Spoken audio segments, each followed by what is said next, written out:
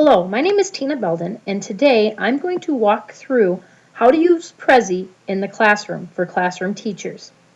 First thing you need to do is go to prezi.com, Prezi.com. On the top right hand side, if you do not already have a Prezi account, select Pricing. Under Pricing, you'll see an educational plan. If you click on the educational plan, you can choose that plan, enter your email address, go to your email, select the link that it sends to you, and then you'll have to put in some other information. But since I have already have an account, I'm going to log in, and this is the screen that it should actually pop up. As you can see, I have several Prezis that my students have sent to me, and I've actually seen and looked over. I'm just going to kind of walk through how you can create a Prezi, and then you can send it and share it to other people. So let's just go create a new Prezi here or here.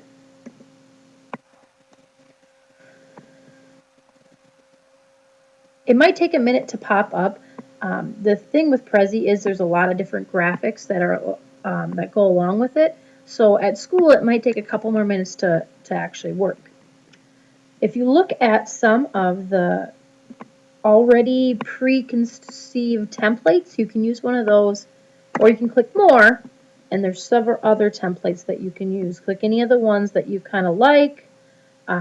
Maybe you're doing a cell examination and you want to use that in science. Great. Same thing with Mars. Great.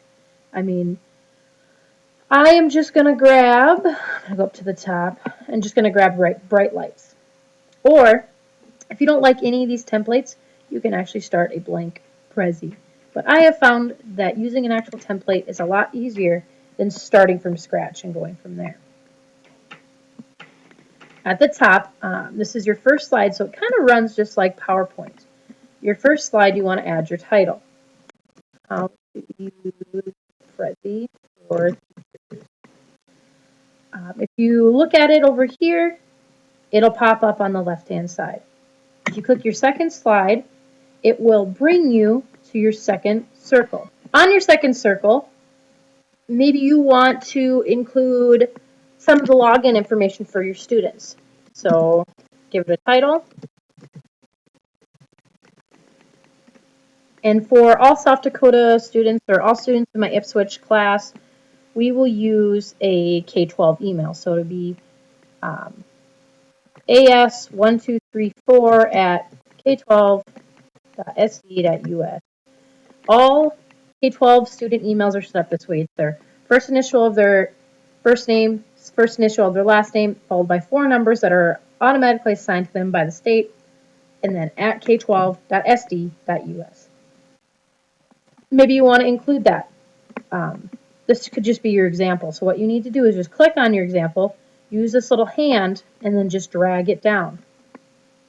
Now I want to put more information up in this portion of it.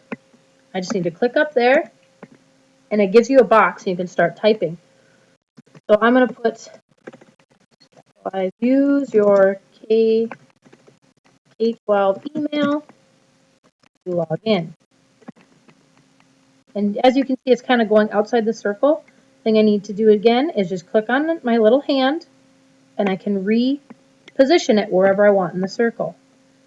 Let's say their default password, like in Ipswich, we just have a default password that we give to everybody, then they can go in and actually change it. So let's just say Ipswich 1. That isn't the default password, but just for example's sake, we're going to make it Ipswich 1. And I want to move it here. And you can see this one's a lot bigger than this one. So I'm going to make this bigger just by readjusting the squares on the box. I grab my hand. And I think I'm going to put password in front of it. And I think it's a little bit bigger. Maybe I'll make it a little bit smaller so it doesn't look as overpowering. Drag up my email. And then voila, that is your login information for students for Prezi. Your next one, as you can see, there's actually a circle within a circle. If you don't want this to happen, you don't want this circle here, what you can do on the left-hand side is click Edit Path. And I'm going to go up to 4, which is the small one within 3. On the top right-hand side, there's an X. I'm going to click X there. And then within 4, if you look on 4, there's 2 small ones as well. I'm going to click in 5. I'm going to X out of 5. I'm going to click in the other 5, which it turns to once you exit out. Click in there again. When I am done, on the top right-hand side, I click Done, and then my path has been changed.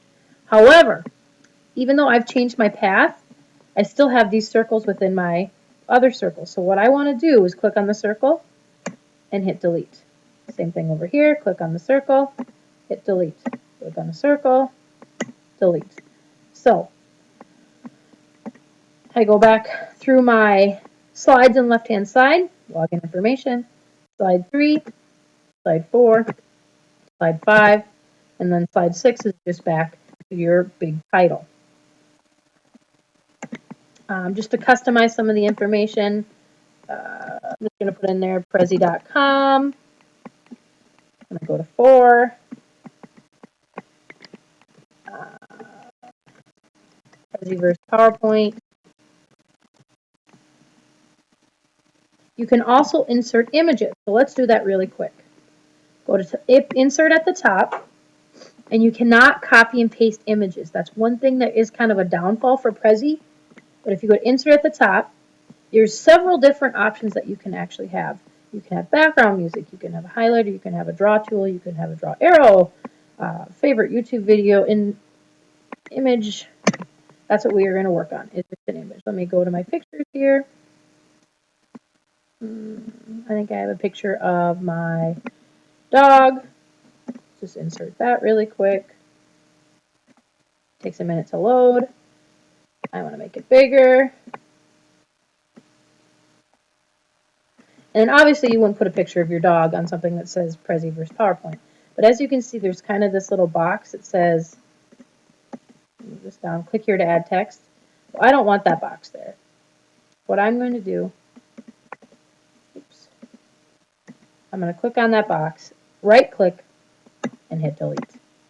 Move my image back up, and then we're good to go. As you can see on the top left-hand side, it actually says saved at 1323. Well, I'm just going to click save again because I'm just so used to saving periodically. On this one, maybe we'll try insert a YouTube video. And keep in mind, you know, if YouTube's not unblocked at your school for your students, this may not work. I think I need to capitalize T. Go to YouTube. And let's just go to youtube.com and grab a video. This one's a good one. Just copy and paste this one. I always knew I wanted to be out. Paste my link into here. Click insert. And then when your Prezi is playing, it should actually play that YouTube video. Like I said though, if YouTube is blocked at the school for your students, this may not work for you. Go to my 6. And then the only thing maybe we can look at inserting is some symbols and shapes. So I'm going to go to my 3 because that's the only thing that I don't have anything in.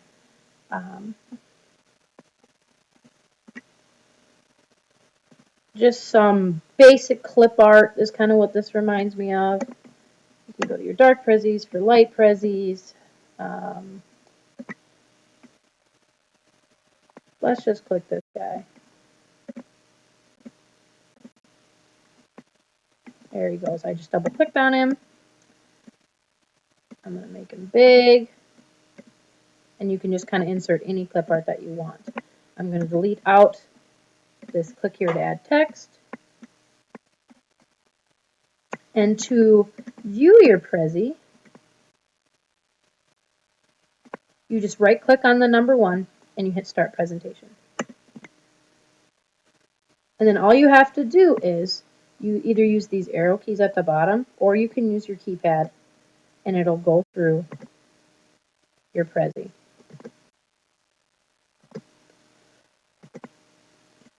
When we get the YouTube video and play that video.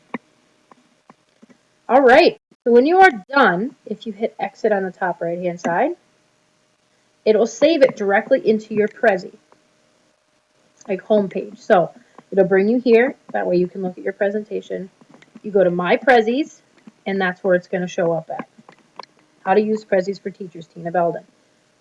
If you click on the little 3 dots here and you want to share it to somebody, so I'm just going to share it to my Google account to make it easy.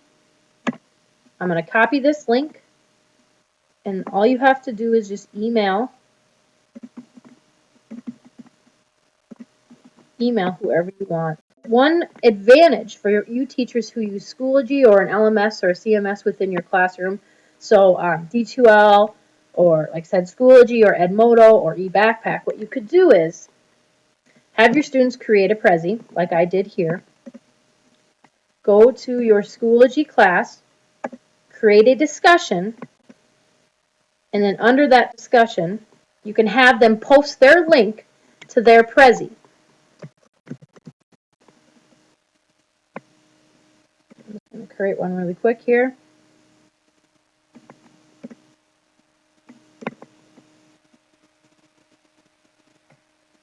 So I copied my link. I'm going to post it in there.